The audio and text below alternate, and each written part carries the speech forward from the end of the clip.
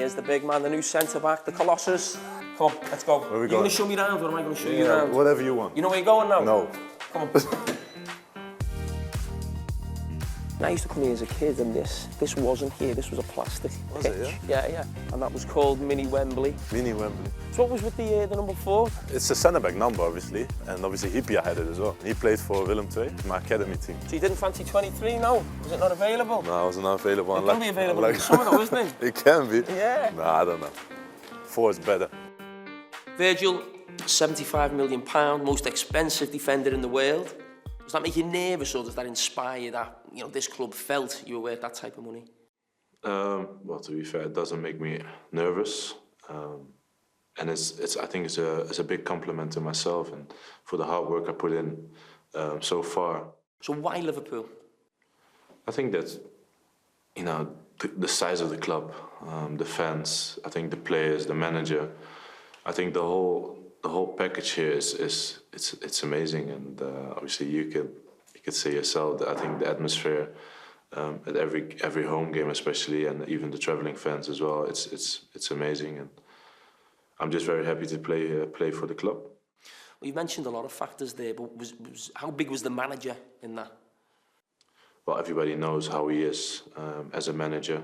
You could see it on TV, how lively he is, how much of confidence he can give the players, how much he pushed the team forward as well. And I think it's a perfect fit for me as well, because I think as a player you would love to have a manager who does that.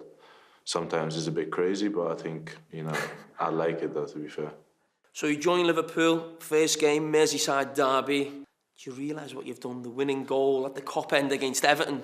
Yeah, it was unbelievable. Some of the family members and friends said it like, you're going to score, and you will see if you make your debut, then you're going to score it and there. But to actually do it in the 84th minute, it's something very special.